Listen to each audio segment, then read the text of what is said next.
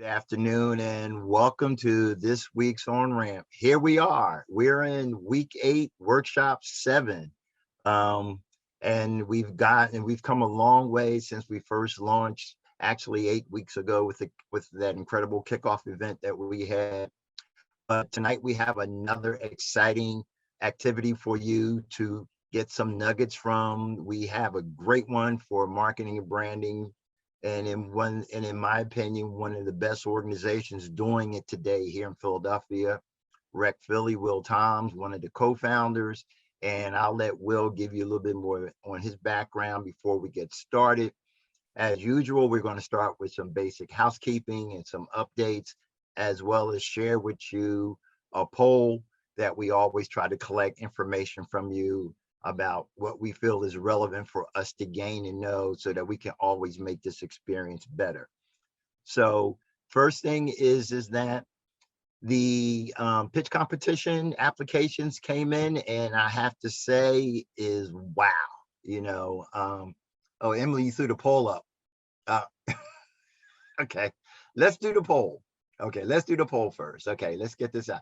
So I'd like everybody complete the poll, and the poll questions are, what other commitments do you have besides your startup? And so please complete the poll so we can have this information. This is important for us to know, and we'll be using this as part of our report back to the funder for OnRamp.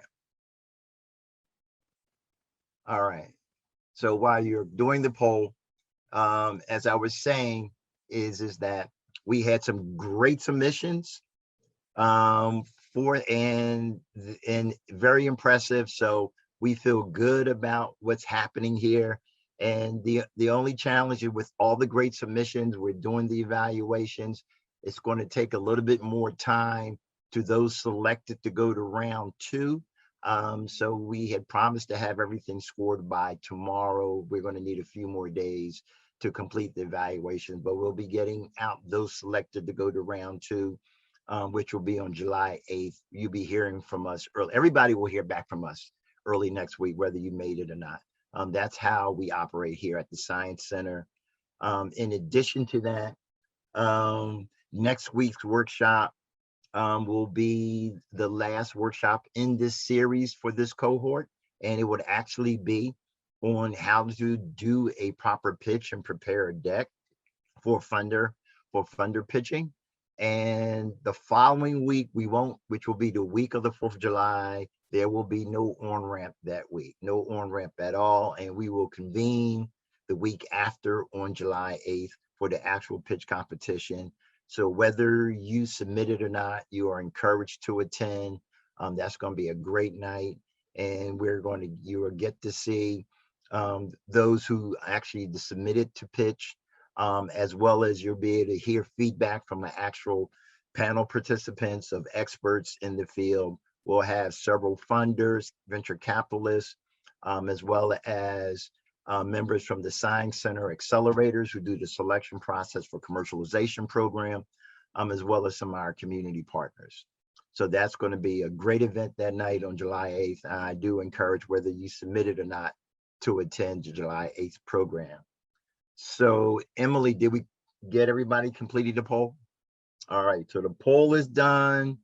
We have the update on the pitch competition, and also too, next week you're going to be getting a survey from us. We encourage everybody to really complete the survey. It's an end of program survey that's going to be very important to get your feedback on how you felt the OnRamp experience was, what it is you think we could have done differently, suggestions to make the program better, because no one is perfect, especially for the first cohort coming out under this program. We want to get your feedback so that we can make improvements, so we can maximize the experience and look how we better help you achieve your goals for your entrepreneurial journey. So that'll be coming out next week, and please everyone, complete the survey. We need that feedback from you. If there's not any questions or anything that I've shared so far, how many organizations will be selected for the pitch? Out of the pitch, 10 companies will be selected to go to round 2. We have 10, there'll be 10 companies selected to go to round 2.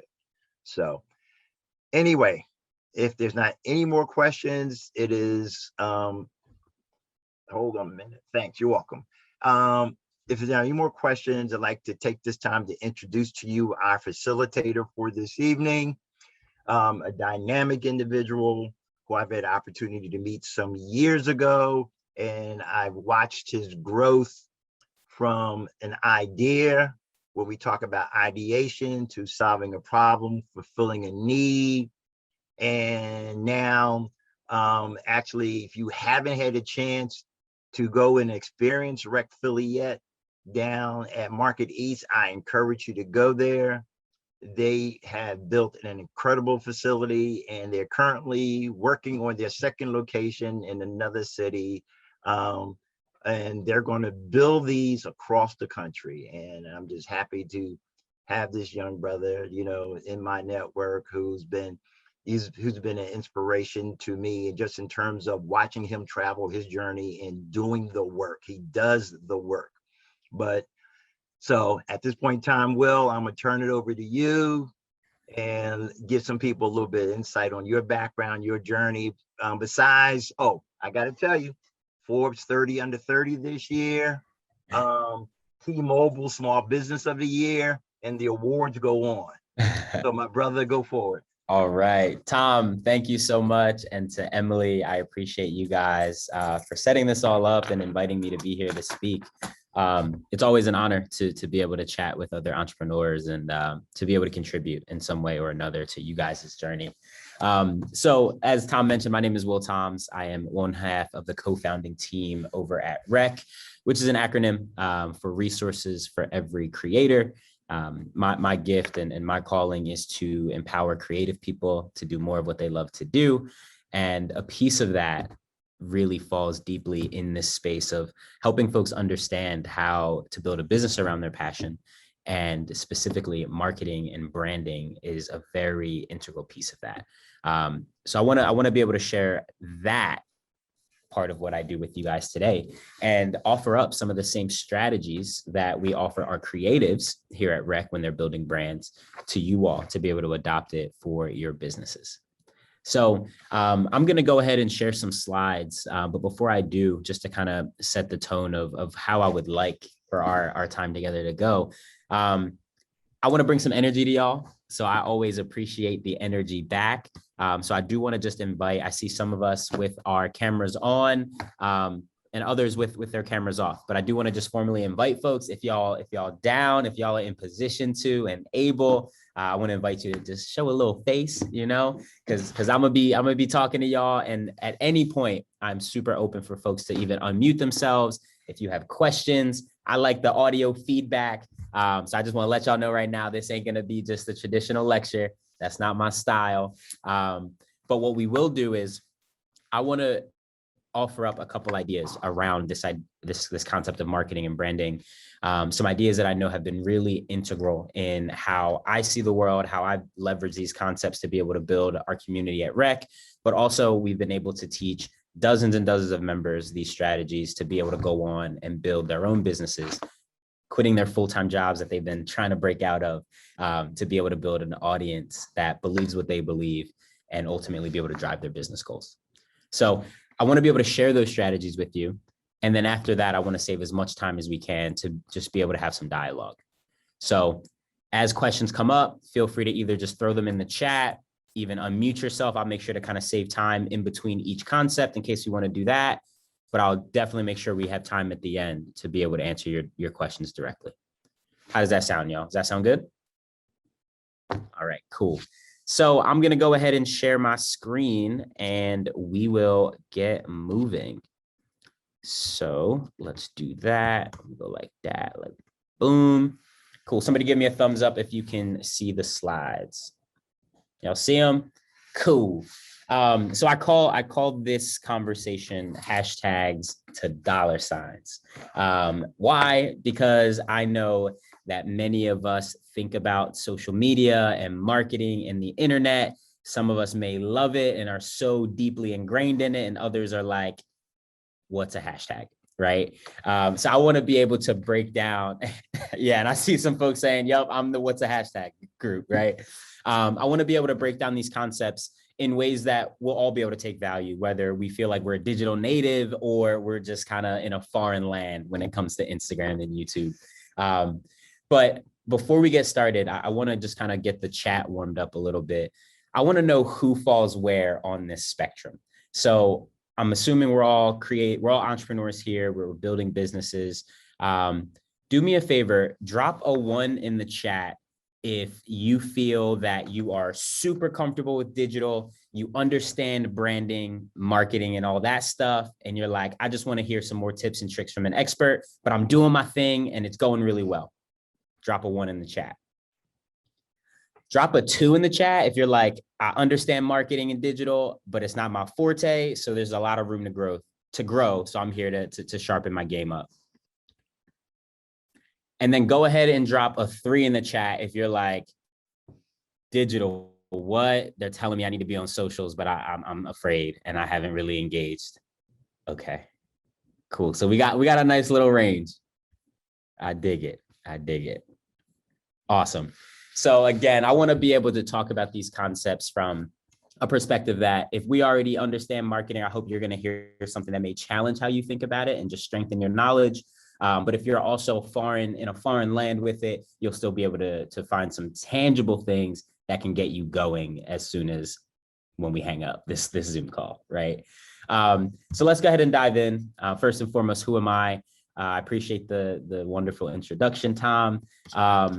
Just to kind of embellish a little bit further, who am I? I am a digital native. I am a 29-year-old creative entrepreneur from right here in Philadelphia. And before starting my business, I come from the traditional agency world where I had an opportunity to work with some of the biggest entertainment brands in the world, doing digital strategy for them, creating marketing plans and then going as far as to execute them.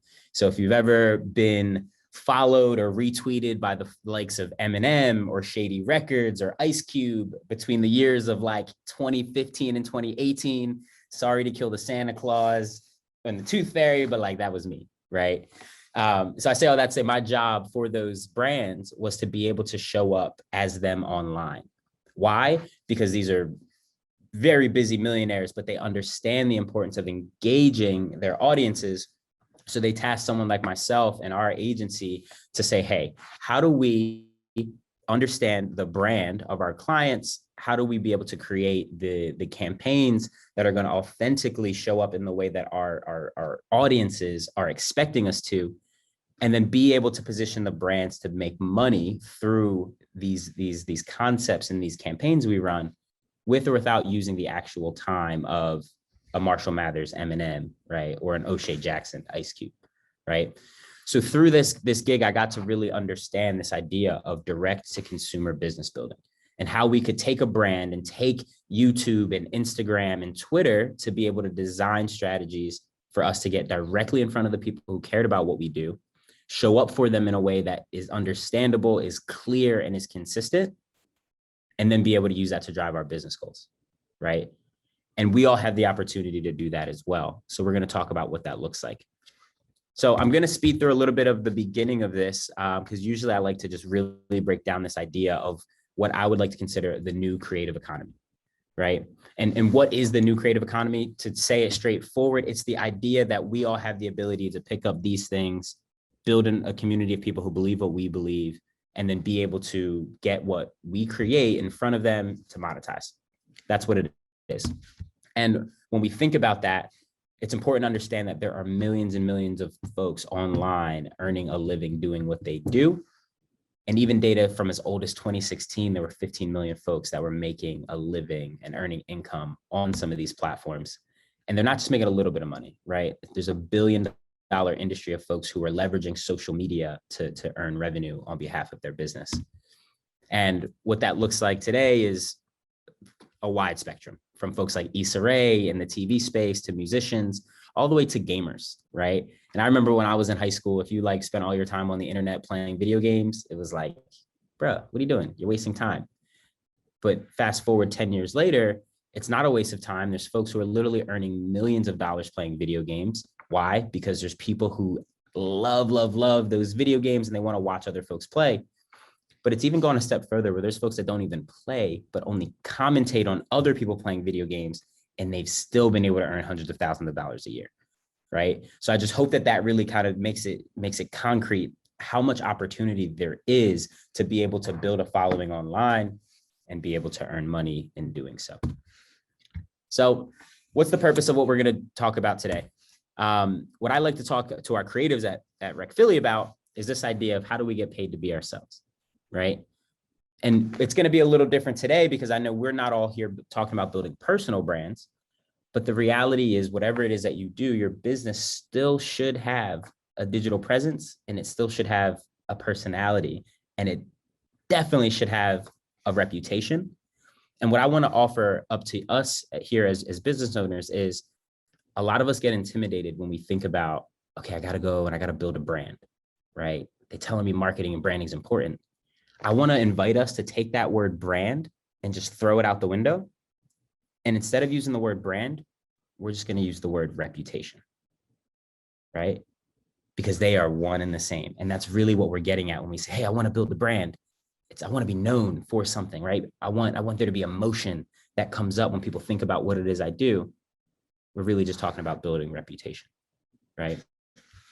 And when I talk to our creators about getting paid to be ourselves and building brand and building reputation, a lot of times folks say, okay, well, but how do I get paid to be me, right? Who's going to give me the money to just be me and do what I do?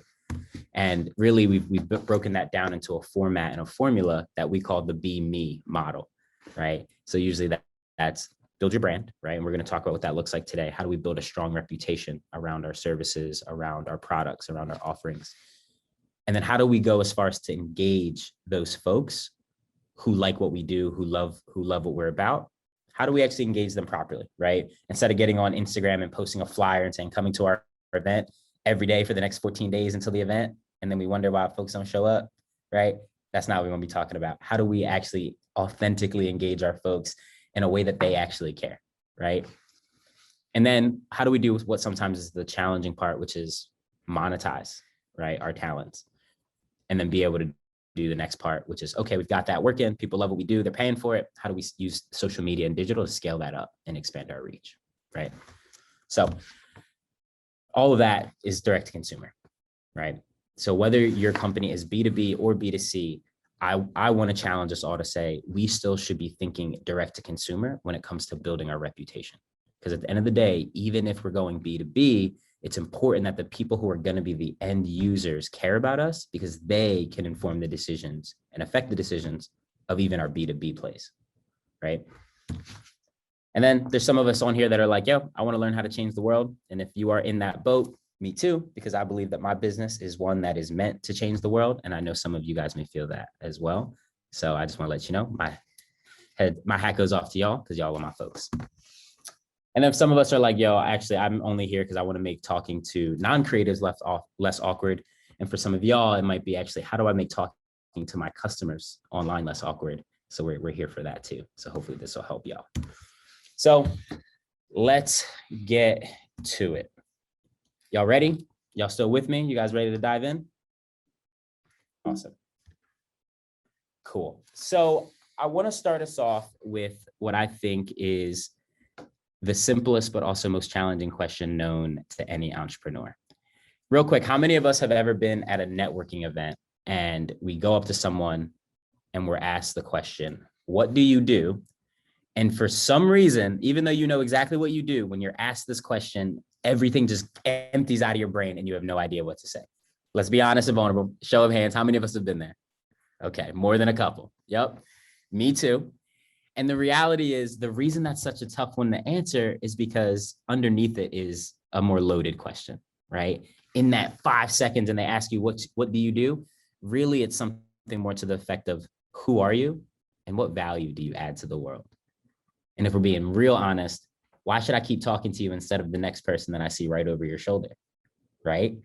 And that's the symptom that we all have objectives in the world, right? And we all want to get to them.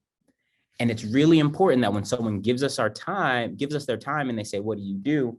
That we have the ability to be clear and to be concise, right? Because if we're not, Righty, we're on to the next thing, right? Almost immediately. So as we start talking about reputation, as we start, talking about building brand, it's really important that we can answer this question and answer it very well and very concise. And the reason is this. We're going to talk about this more throughout the rest of the time we have here together. But I was talking to a friend and he said something to me that I'll never forget. He said, Will, everything speaks, right? And he goes, yo, the way you dress says something about who you are. Will, the people you hang out with says something about who you are. How often you reach out to those you love says something about who you are, right? Colors that represent your brand, it all says something. And then he said, well, if you know that everything speaks, which it seems like you do, what are you saying? Right? So as we start talking about what it looks like to build a powerful brand, we want to create something that's going to allow us not only to be able to answer that question, but also be the driving concept that helps us in all of our marketing from today until the end of time, right? And can it change? It probably will, but it needs to start with an intention. So I want to introduce you guys to our first concept when we start thinking about branding, and we're going to call that an artist statement. Everyone knows about a mission statement, right? How many of us have a mission statement for our business? Awesome. How many of us have an artist statement or a brand statement for our business? A couple. Okay. Not enough. So let's talk about it. So I want to introduce you guys to this framework. And unfortunately, I want to make time to get through all these concepts, at least introduce them. So we're not going to spend a ton of time on each one. But for anyone who's like, yo, I'm a screenshotter, I'm a note taker, so I can come back to it later. Now's a good time to screenshot this. But I'm going to explain this and how it works. So that way we'll be able to use it for our own businesses. So the artist statement is really meant to answer that question of what do you do, right?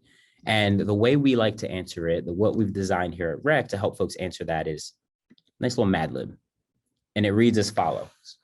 I create blank for blank blank to feel blank when they are blanking, right? It's what do you create? Who do you create for? How should folks feel when they come in contact with what you create?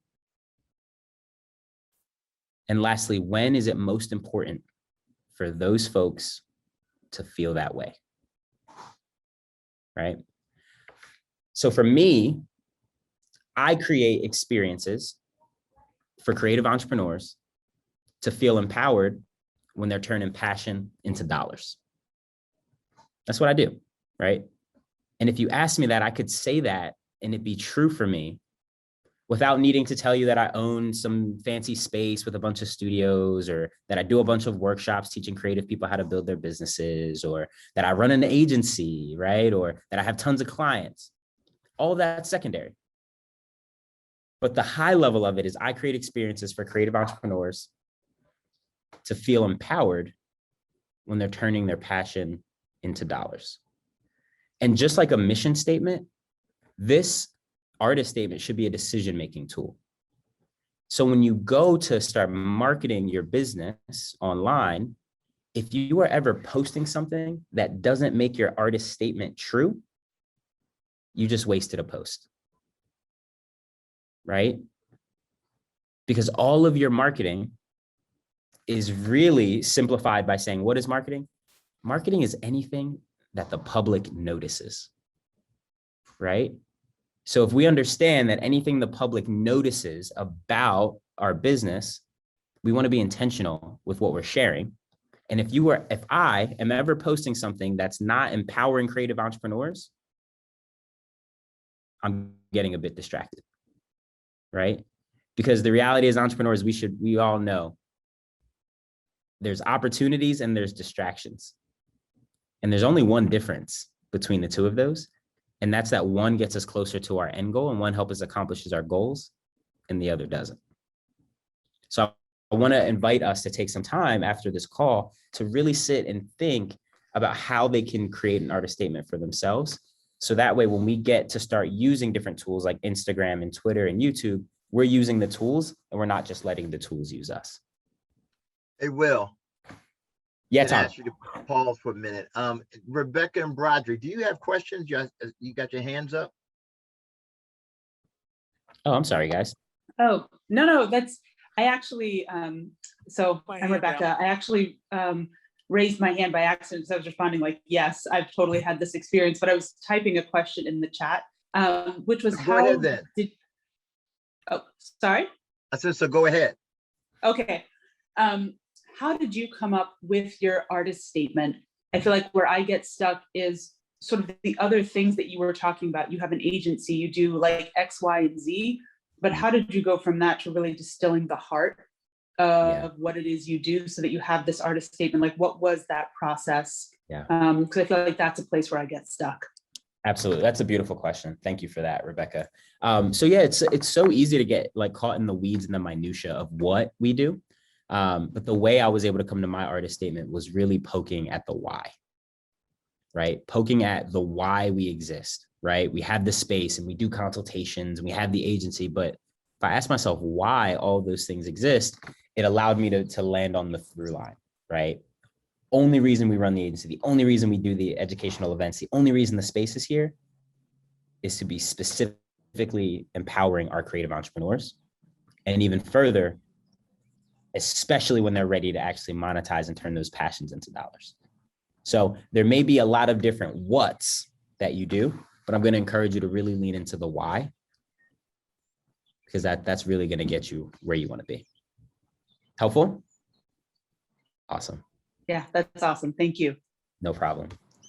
Broderick. Awesome. Broderick, did you have a question? No, I'm good. I lowered my hand. Okay. Thanks, All right, Tom. Will. All right, man. Will, go ahead. Sure. Thank you, Tom. Does anyone else have any questions about the artist statement before we go to concept number 2? Could you just restate your artist statement, Will? Mine? Surely. Yes, please. Yeah. If you ask me what my artist statement is, I would say I create experiences for creative entrepreneurs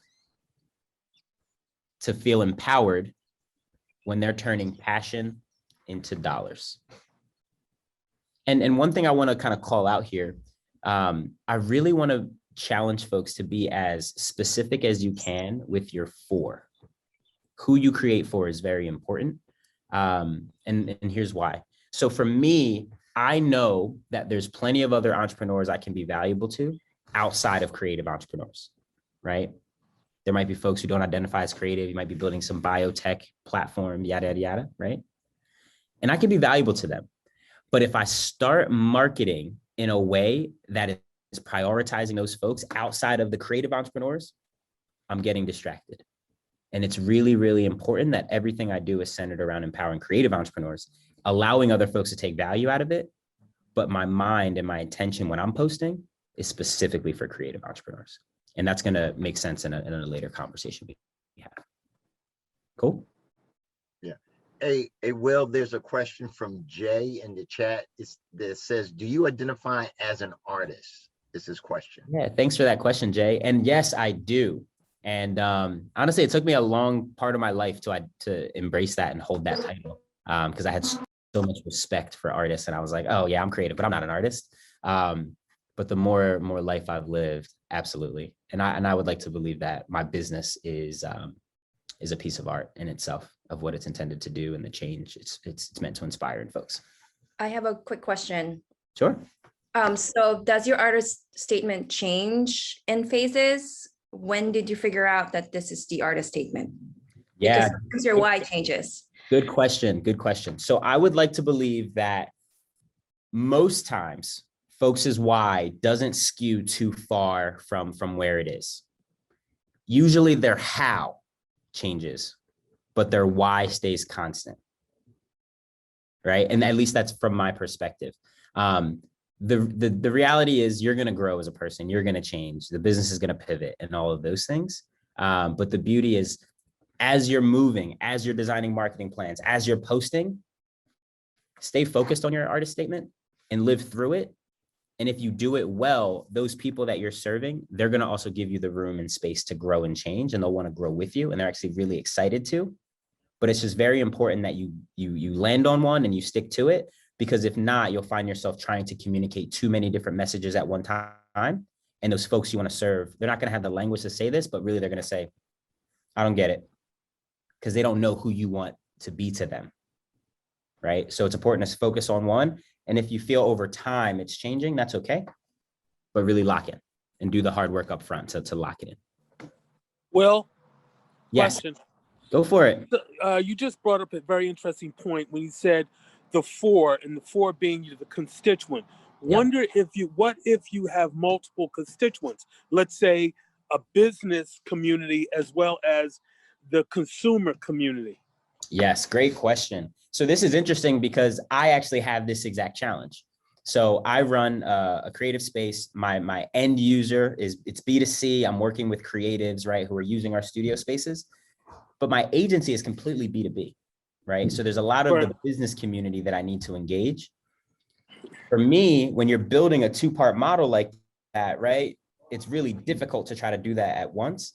But for us, it's been really important and really successful to really focus on building to the end user, which is our creatives, and allow the businesses who know that we have those relationships, who want to be a part of that thing, to join us. Because I'll tell you this, if I focused on only being B2B, it would almost be impossible to build the trust that I actually want, which is with my creatives. So you're saying your priority would be the consumer? Yes. And then the business will follow because you got the consumer? Correct. So for you, I'm not saying that's going to be the same truth, but I'm saying that I'm going to challenge you to take a priority. Got it. Thank you. No problem. Cool. Yeah, there's several other questions popping up now in the chat. Nefertiri here, one question about what was the difference between the two. Nefertiri, can you explain what you're referencing? Are you referencing when I said opportunities and distractions? No, the artist statement and the vision statement. Yeah, so sometimes folks, when they build mission statements or vision statements, sometimes they're challenged to go and speak more to like what they do, right? And like how that shows up in the world. The artist statement for me is really hinges on who we're doing it for and the feeling we're meant to give off. Because when we talk about brand, it's not really about what you do. Brand is more of the how and why. That's how I see the difference between that and a traditional mission statement. Does that make sense? Yes, it does make sense. Thank you. And we'll also to similar question from tech founders. I'm not an artist, but tech founders, do I still need to have an artist statement? Yes, because even as a tech founder, you're going to be building a brand. And if you're building a brand and a reputation, there's a feeling involved. So I want to challenge you guys to lean into the artist statement for that purpose. Clear? Awesome. All right, we're going to keep going. Cool. So the next question normally folks ask, and you start talking about what you do and you're building a brand around what you do, right? And you got an artist statement and you're clear on it. Some folks may say, oh, so you're famous now, right? At least that's what I'm asked in my household when I'm telling my parents about what I do, right? And I want to just talk for a moment about why fame has actually almost very little to nothing to do with your success as a business, especially not being a household brand. So I want to introduce us to what I believe is one of the most important graphs, concepts, ideas when it comes to marketing. And I know many folks may have seen this in other places in our lives, but I want to talk about it for a moment in the context of marketing. Real quick, by show of hands, how many of us have ever seen this chart before? Awesome, a few of us. Hands for folks who haven't seen it. This is your first time seeing this chart. Okay, cool. So I'm gonna quickly just kind of go through and explain what this chart is in the context of marketing.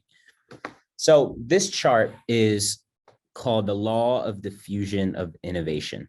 And Specifically, it was really popularized in the book called The Tipping Point, which I think is in a phenomenal book about marketing and how we can get things to spread.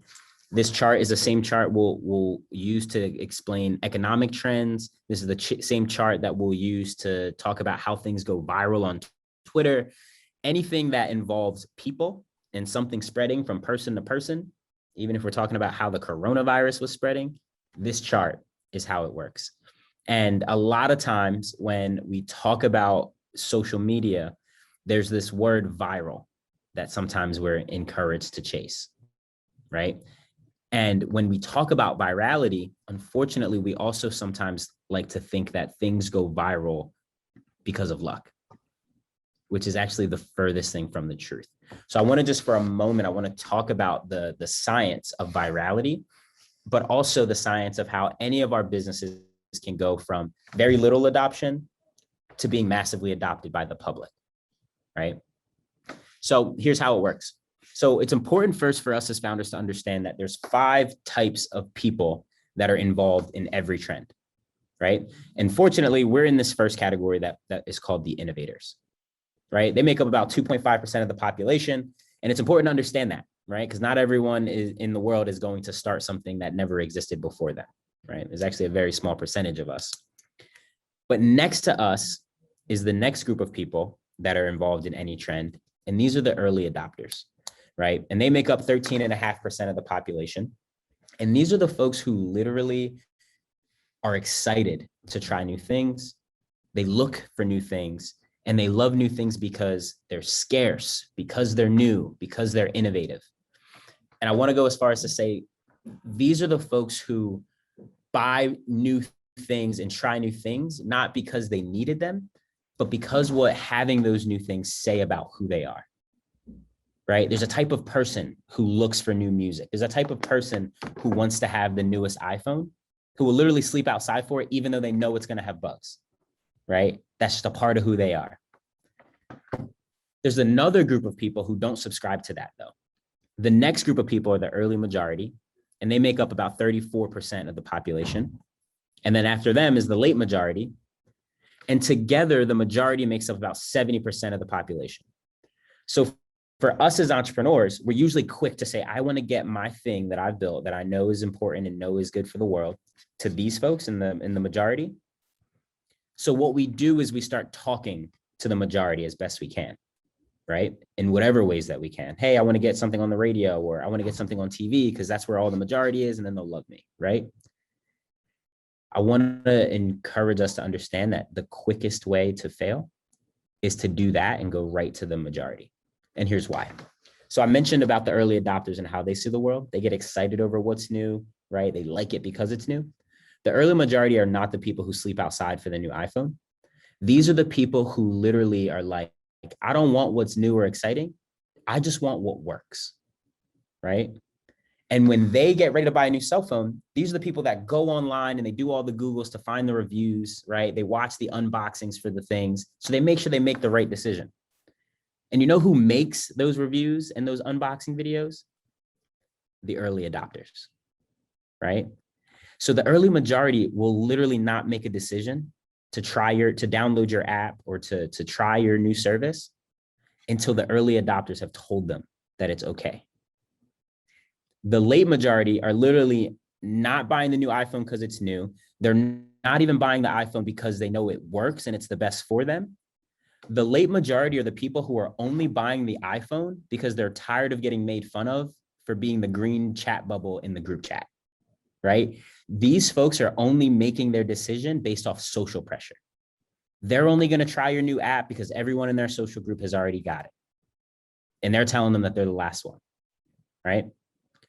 The laggards are the people who don't care what you have, and we should literally spend zero time trying to market to them. So it's really important for us, if we know that we want to get to the early and late majority, if we know the late majority only makes decisions based off what the early majority is doing, and the early majority is only making decisions based off what the early adopters tell them is safe, where should we spend our time marketing? Who should we spend our time communicating to? Y'all could talk to me, don't be shy. Early adopters. Duh. There it is, duh, right? So to take this back to what we just talked about, when we think about who we create for, I want to encourage us when we go on social media and we start talking, it's very important that we have one specific user segment, one specific customer profile in mind of who we're trying to talk to.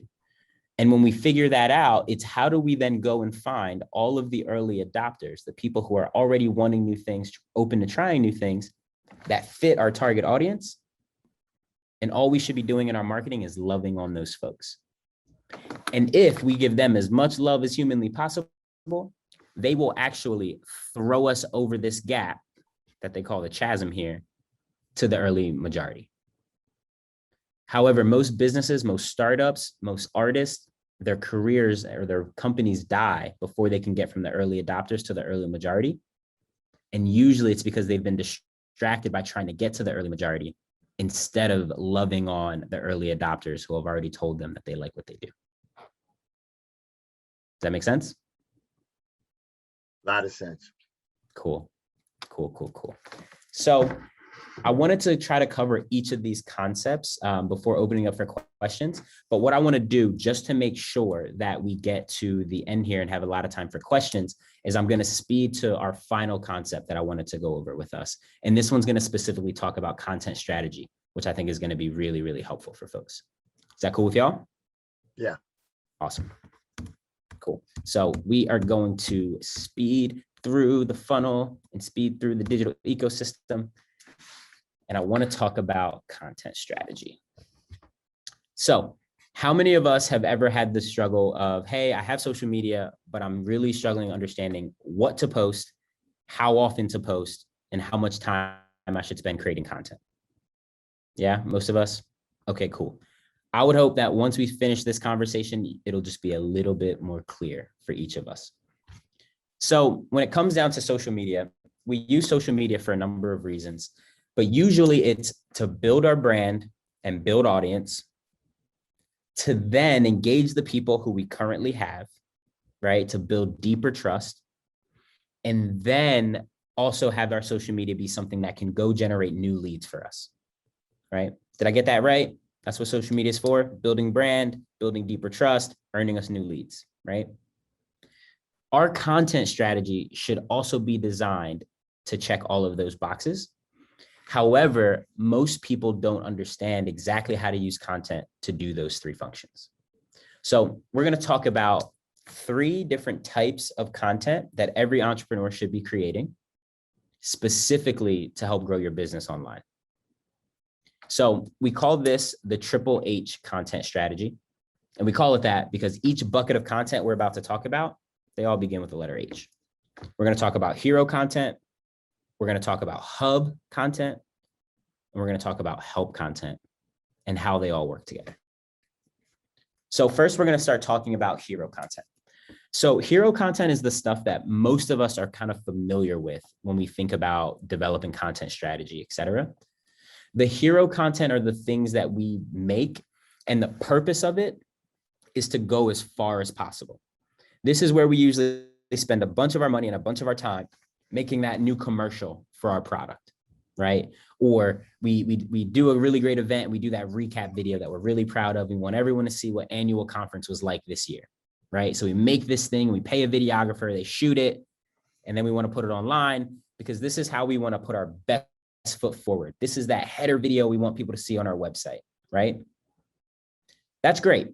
And those are the things that we want people to ultimately see to represent us best, build that reputation we've been talking about. That's hero content. But the reality is, because it's expensive and because it takes a lot of time, we can't make hero content every single day, right? These are the pieces of content, if we're lucky, we're only going to make 3 to 4 times a year, right? But what do we do in between the annual convention recap videos? Or what do we do in between the new product launch commercials? We need to be developing and engaging our folks and building trust. So that's where hub content comes in. Hub content is not about going as far as possible. It's not about building your brand in the big, sexy manner. Hub content is about consistently engaging our folks, and delivering on the promise of our artist statement. So how do we do that? What does that look like? Hub content should not be as expensive, and it should not take you as much time to create, but it's about thinking about what is it that I can create for my company, for my brand, for my audience, that we can be publishing 3 to 4 times per month, AKA weekly. What's one content series we can develop that's going to allow us to deepen our level of trust and our relationship to our customers? That's going to position us in the way that our artist statement says that we should. So for example, for Rec, what is it that we could create on a weekly basis that's going to allow us to empower creative entrepreneurs? One of the ways we do that is what we call Rec sessions and creator talks. Those are educational content pieces where we'll bring in an industry expert and we'll talk about a subject of creative entrepreneurship. What does that do? Positions us as a thought leader in the space, but more importantly, it creates a time each and every week that becomes a touch point for our audience that we've made a promise. If we show up once a week to do this thing and talk about what we know we've built this relationship on, I'm going to be there. Right? So what is it that you guys could create for your audiences that can engage them weekly?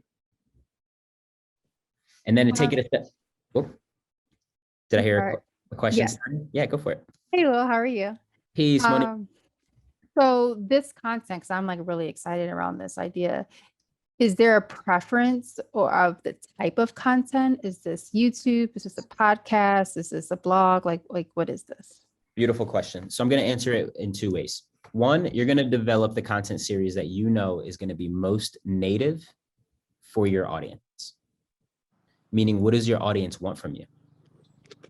Right? Going back to creative entrepreneurs, I could say, yo, I'm going to write a blog post every week for my audience. But because I know that they skew younger, right? 18 to 29, I know doing a long form video is going to be way more engaging than expecting them to read 2,000 words. Right? So for us, we decided to go video. So I want you to also lean into what do you know that your customers like to engage with? Secondly, the platform is only the distribution. So what do I mean by that? Whatever it is you decide to do needs to still live on each of the platforms that you've chosen to communicate through. But how that shows up can be different. So for example, my YouTube video of that conversation with an expert each week, that's going to live on YouTube, but I should absolutely be grabbing the best clips to go on Instagram because people go on Instagram for short form visual content.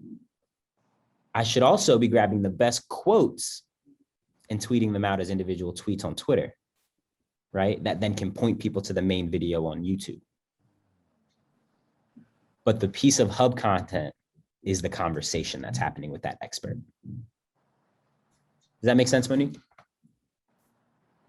Yes, thank you. Yeah, thank you for the question. Tom, question. What's up? Yes. Yeah. So in terms of that hub content, when you said, well, and let me say it a different way.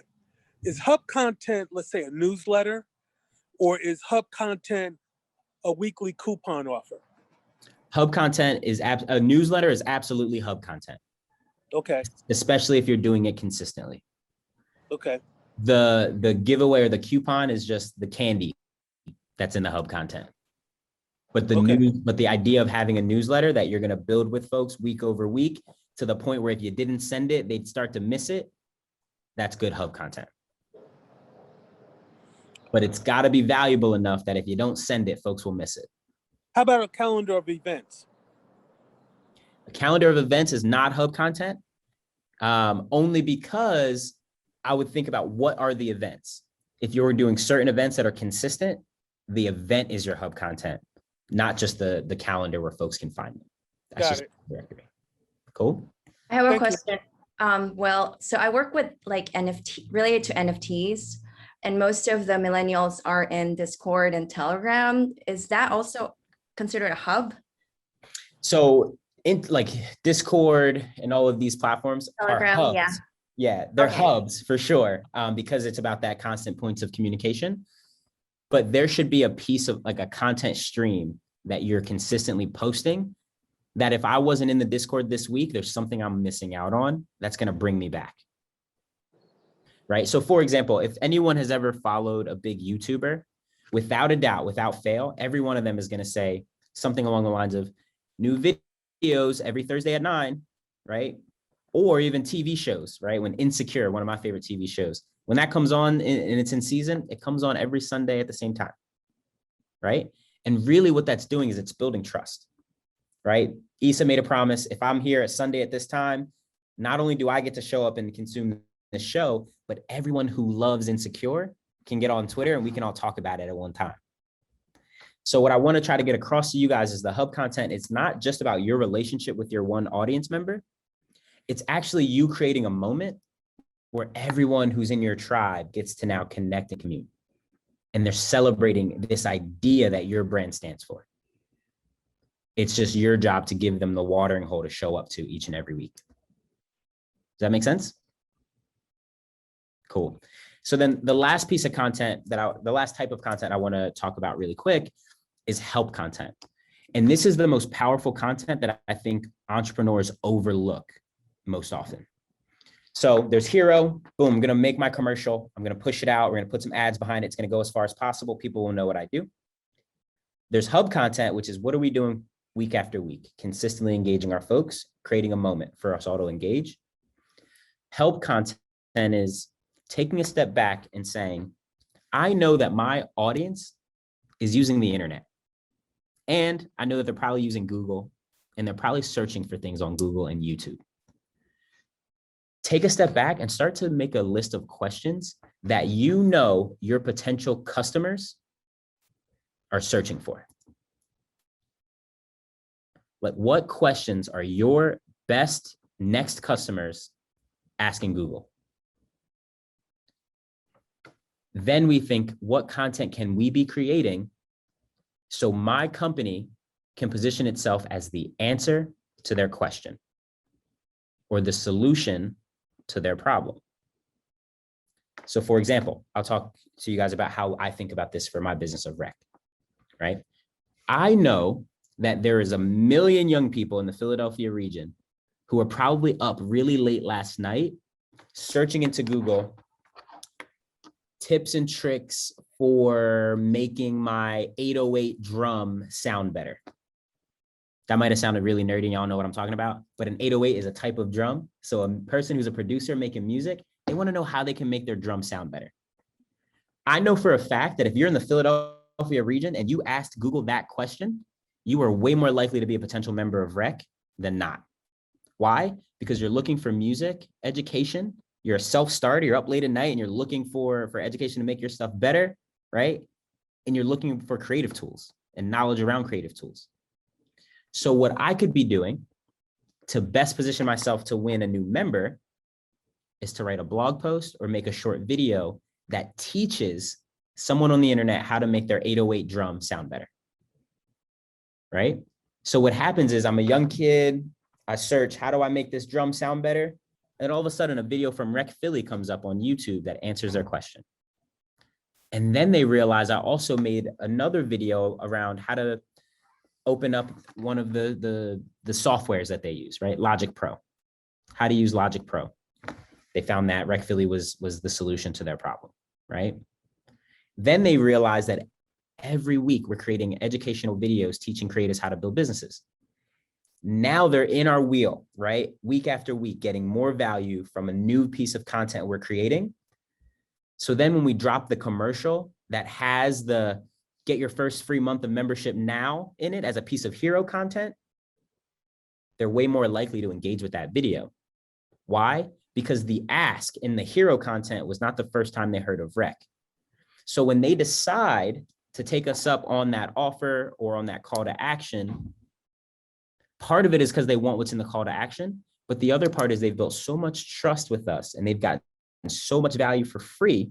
Now they're wondering, well, if they give me all that value for free as a non-member, I wonder what's behind the paywall as a paid member. And that's how we want to position our marketing as well. So it's the help content that goes out actively and finds new attention for us, new potential customers. They get into our ecosystem, and now they realize that every week they're doing this valuable thing, answering my questions, giving me value. So then by the time the hero content comes and the ask is there, so much value has already been exchanged that they just want to reciprocate it. Does that make sense? And the magic, thank you.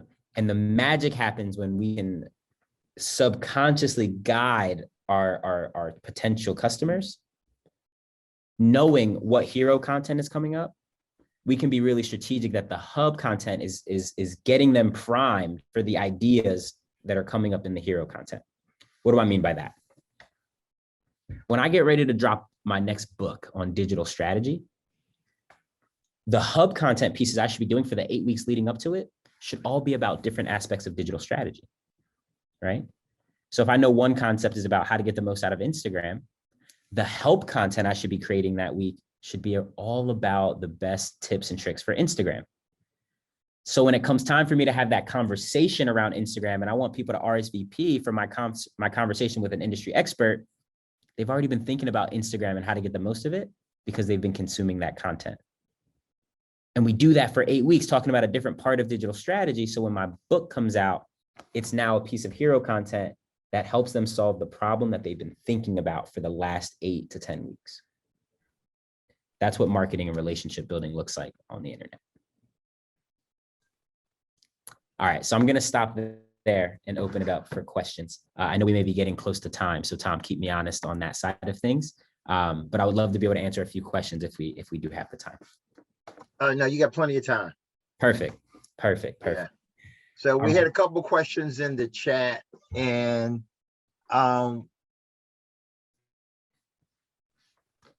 some of those, let me see, early adopters, are early adopters the same as influencers? Oh, good question. So the short answer is no. Early adopters are not the same as influencers. The word influencer kind of, lends me to believe that those folks have big audiences. Not always true for your early adopters. Sometimes your early adopters are just your earliest customers. And every entrepreneur should take to the bank that it's way easier for us to have a customer refer us to another potential customer than to try to just convert a cold lead. So for me, when I think about my early adopters, they're my first 1,000 members, knowing that eventually I want to have 100,000 members of Rec. So how do I get new members? 2 ways. 1, go market to cold folks, right? Cold audience and all that. Or 2, how do I make my current members feel as special as possible? Because I know if I do that well, they're going to go talk about us. And they're going to go talk about us to other creatives that could potentially be members. So that's what I mean by early adopters, are your earliest users, really. Good. Another question was, I see a question here around this being time consuming. Yes. Mind if I address that one, Thom? Yeah, go ahead. So the one secret of all of the stuff we've been talking about, I just mentioned 3 different buckets of content. Sounds like a lot. You're like, Will, you want me to be posting this 3 times a month, and you want me to do this, 3 or 4 times a week. The secret to creating a lot of effective content is to document, not create. So what do I mean by that, right? We can say, hey, I got to create all this content, and then I get up and I hire somebody and then I go and shoot it all. Or we can think about the things we're already doing that if we just documented and allowed people to notice would also help us fulfill our mission of making sure that what we do is clear to folks and they can see the value. For example, I could think of, what do I need to post this upcoming week to help people understand what I do, who I'm here for, et cetera. Or I could say, hey, Thom, did you guys record this session today? I know they did. I could literally just take clips from this video, right? Maybe we talk about one specific content or concept, post that on my Instagram. Now I'm marketing the fact that what I do is empower creative entrepreneurs to build businesses.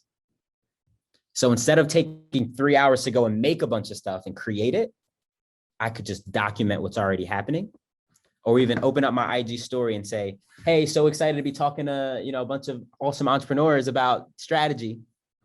And I post that because I'm allowing my fans to notice that this is a service that I can offer or a way that we can engage. So the secret there is document as much as you can, don't create. Great answer. Yeah. Should we be using content strategy to get early adopters? Yes. Honestly, that is the best way. That is the best way in the world to get the early adopters. Because really what you're saying is like, how do I know where my people are out in the world? And the best way to do that is to create content that speaks directly to their needs. So if you want to build, your earliest customer set, it's start talking about what you do publicly through content and allow that to attract the folks who need what you have. And if you add strategy into it, it'll just make sure that you understand the relationship between what you're creating and actually how much movement you're seeing to actually generate leads. And I didn't get to talk about the funnel part of it, where we start to measure the success of each step of creating content and all that. But we'll have that for maybe a later day. But yes, content strategy should help you get your early adopters. Excellent. Another question in the chat is, what kind of budget should a business set aside to have an agency like yours manage or support marketing? Project's like, I'm outsourcing. He's like, I'm outsourcing. I respect it. So I'm going to say this, Broderick. This can be something, because it can be time consuming. It's something that can get easily very expensive. But I would say this. If you're willing to build the strategy, you can go and find some really young entry-level folks to bring internal to your organization to be able to operate and actually execute the strategy. Usually entry-level folks are not going to be able to design the strategy for you and execute it. But if you can design it, you can definitely find some folks who can be able to get on Instagram, get on Twitter, chop up clips and all that stuff. If you're working with an agency though, most of the really great ones, they're probably not going to give you a retainer less than $3,000 a month, because the execution is so time consuming. And at $3K a month, you could probably find someone that you can help train up and have an internal person. Yeah.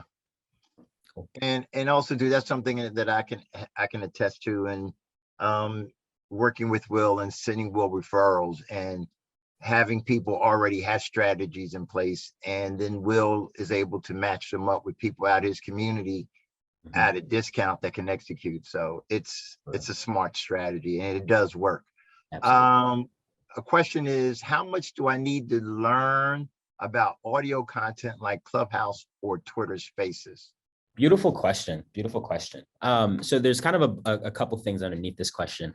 The one thing that I just want to share for everyone, I didn't say this in my presentation, but I want to encourage everyone to breathe for a second and just know you do not need to be on every platform out there for social media. Let me just say that, because sometimes we feel like there's an inclination that we need to. My recommendation is to choose the 2 or 3 that you actually enjoy using and your audience enjoys using, and just maximize there, right? You're going to get way more juice out of that squeeze than trying to do 7 different platforms and doing all of them not well. So just choose the ones that are best. However, this audio first space is something that is growing, and it's going to continue to grow. The same way we saw video content 5 years ago start building up, and now it's almost on every platform, stories on every platform. Audio is the new thing. And it's because everything is competing for our eyeballs, right? All of these ads, everything is competing for this. But for real, the next frontier is folks competing for listening, because folks have so many more opportunities in their lives where maybe they can't actually be engaged visually, but they can still listen. So that's why the podcast space is growing the way it is, because when I'm cooking, I can't watch a TV show and be tapped in, but I can listen to a podcast while I'm cooking or while I'm driving or any of the other things. And that's why the audio space is blowing up in the way that it is. So if you have someone who is good at audio, can communicate what your brand does, can be engaging, I would definitely encourage you to learn things like Clubhouse or Twitter Spaces. But I would just tell you to choose one. You don't need to be on both. Pick one that you like best and just, build your presence there. And then use it as a piece of hub content. So once a week, you're on Clubhouse leading a room with something to do with what your business does. Thank you for that question, Christine. Next, Jay says, what would that internal personal job role name be? Marketing associate, digital marketing associate, even more specifically. Yeah, anything in that world, but yeah, the associate role. Yeah. Another question is, could you speak to the importance of knowing about your customer's persona and beyond their use of your product, and what you feel is important to know when you develop a content or distribution strategy? Yes, Liza, let me look at you. Lisa. Thank you, Lisa. Thank you for this question. This is such an important question. I really believe in holistic marketing. And what I mean by that is, like, sometimes we like to think about our user through just their relationship to our product, but that misses out on all the other amazing things that makes them who they are.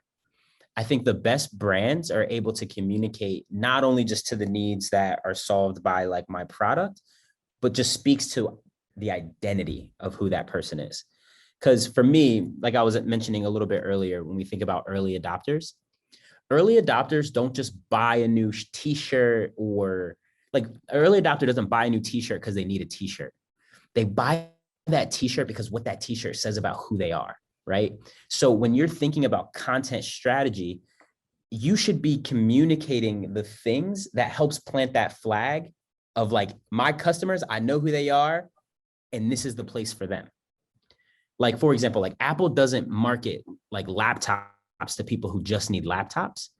Apple, like, markets these MacBooks to the creative in me that may need a laptop, right? So knowing kind of what folks are doing and what their affinities are, just like outside of the scope of just them buying your product, can be really helpful, because it can inform the things you're talking about in your help content and in your hub content. Does that make sense, Lisa? So for me, when we're making user profiles, we're talking about, where are folks spending their time online? What websites are they frequenting? How often are they on social media? What restaurants do they go to? How often do they spend time with their closest friends? All of these things that seem like they don't make any sense then start to inform the types of language they're using to describe life events, right?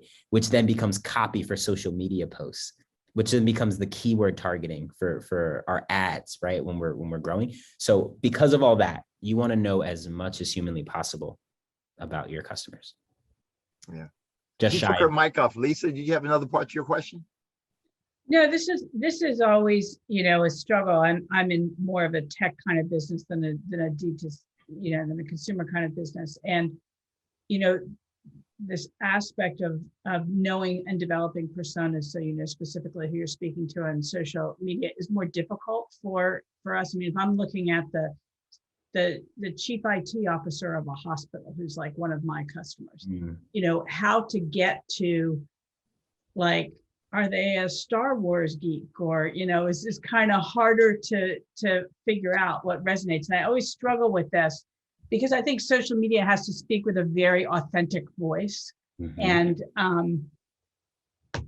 it comes off difficult if you miss the mark. It really misses. It's like a gaffe, as opposed to so sort of how to weave that in, which seems to be particularly important in social media, is one of my big struggles in my branding and messaging.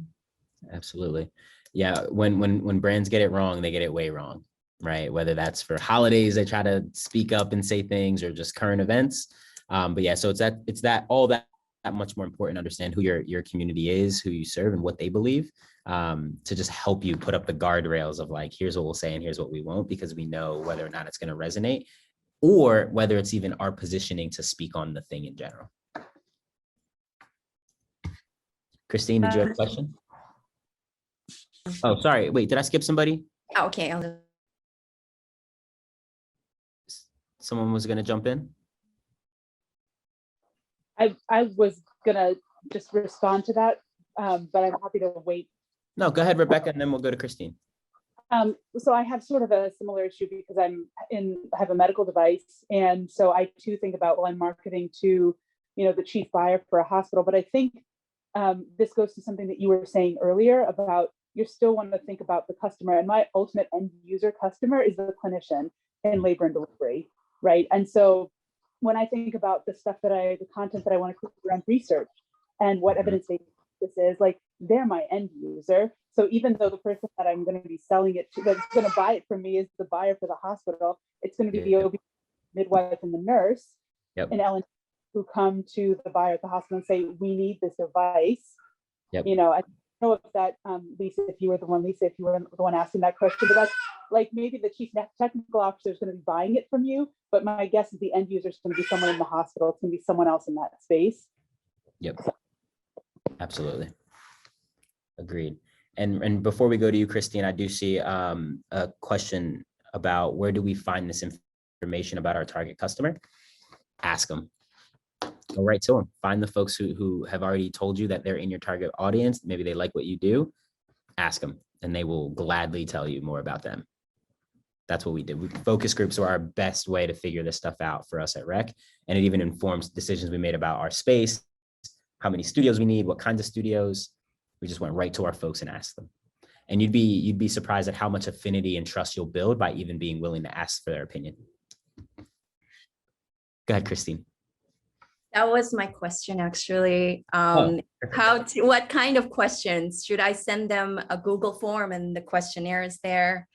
So I'm working in the blockchain space, focused on NFTs to supply chain, and our niche supply chain is focused on bike parts. And I was thinking, should I just go to the target user and visualize them, and then send them a form, gather the email addresses and send them a form and ask them the questions? Is that?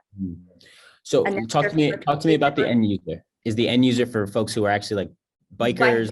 Yes. Yeah. Cyclist. Yeah. So for me, I think because it's also connected to NFTs, then maybe, you know, doing the form digitally would help. But I would say the world's opening back up. Like, what folks could you actually get together? Like, you know, at a bike shop, right? Maybe find a local bike shop that has a connection to a ton of cyclists, host an in-person event, and then be able to, you know, have free food and pizza and beer and all that stuff. And then make sure that you're collecting emails, one, to potentially send the form later, or just right there on the spot, literally asking folks while they're together, getting them talking to each other about it.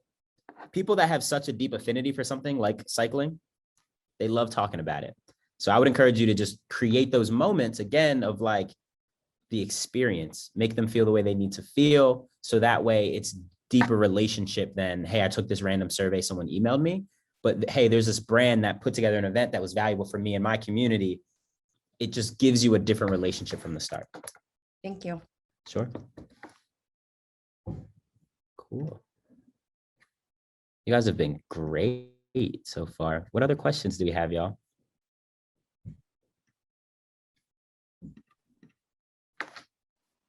I have a question. Go for it. Joelle? Yes. So thinking about like the it being a lot statement from earlier, what advice, strategies, or systems would you recommend for people who are like solo entrepreneurs or like looking to build support systems for upping their content development strategy? Actually, strategy isn't where I struggle. I struggle with implementation. So it's like right now I have 50 Instagram posts loaded into my automated system, but I haven't written the captions. So it's like, what resources would you recommend for someone who's still figuring out how to either implement or provide strategy resources? Yep. I got you. So first, to kind of just touch on the concept of like it being a lot, I know it can be time consuming, y'all, but you know how much easier it is than like going door to door and like talking to people, canvassing. Like, I don't even got to leave my house to get leads anymore, right? So I just want to just put that up for context, right? Just because it's all relative. But to further answer your question, one of the best hacks for upping your content output is what we call UGC, which is user generated content. So what can we be doing to prompt our audience to help provide content that is still really niche for our target market that you can be reposting? So for example, what does that look like for Rec? Some of the best content we can post is, fortunately, we have a lot of members in our space creating, and they love to create and then share with us the things that they created in our space. So instead of Rec always having to create new content, sometimes we get to just post the content our members have made, and we can put the hashtag made at rec, and it helps people realize that there's a lot of amazing creatives here creating in our space, which subtly helps them understand that they could be creating in our space as well. And it builds a deeper relationship with all of our members because they love when we repost them, right? So what is it that you could do? What questions can you prompt to your community that when they give you those responses, you can be able to share them, right? So one kind of super low hanging fruit, anyone have a Google business and people give you reviews? No one's getting reviews on Google business? Ask for that, guys. The SEO helps so much, I promise you. Please, please, please, everyone, when you guys get a new customer and they love what you do, take a moment and just ask them to give you a review on Google. It is extremely helpful for how often you'll come up in the search engine when folks are looking for things close to your business. And then when they give you and they say really nice things about what you do, you can screenshot it and then post it on your Instagram or post it on your Twitter and help communicate to other people that, hey, look, people already trust me, so you should too, right? Because again, the early majority doesn't care what you say as an innovator. They only care what your early adopters say about you. That's why testimonials on websites are a thing. Because of course you're going to say what you do is great, but show me the people who have given you their money and what they say about you, right? So user-generated content is the best way to kind of do a hack. And then just to give you a couple of tools that are helpful. There's a lot of social media planning tools out there. The one that I love the most is one called Unum. It's UNUM. And it is a really great tool for designing kind of what your Instagram feed will look like. And then you can set alerts. So that way you can kind of say, I want to post this at 6 p.m. and then it'll remind you, you hit a button and then you can post right to Instagram. And then it also does a lot of really great analytic tracking. Helps you identify what are the best hashtags for you to be using. Oh, thank you, Shelly. That's so helpful. Shelly, the link in the chat. But yeah, Unum is really helpful. And then also Canva. If anyone isn't using Canva and they're like, yo, I need design help, they have so many amazing templates that can make it so you can put your brand messaging kind of in Canva and just make really high quality graphics without having a graphic design degree. So Unum and Canva. Thanks for that question, Joel. Can I connect with you on LinkedIn, or are you active on Twitter? Oh, me? Yes. Yeah, you will. Yeah, absolutely. So I'll drop my handles down here. I am at the Will Thoms on both Twitter and Instagram. Those are my most, the platforms you'll find me on most frequently. And then you can also find me on LinkedIn, I think just under William Thoms. I'm on LinkedIn way less frequently, I'll be honest. I need to do a better job at that myself. But I know mine that I light up on are Instagram and Twitter, so you'll find me there all the time. I'm sad to admit, but my Instagram DM response rate is so much faster than my email response rate. Just putting that out there. But yeah, I would love for you guys to follow me and stay tuned to the journey. I'm sharing a lot of tips and tricks on there as well, especially on Instagram. So feel free to engage with me there.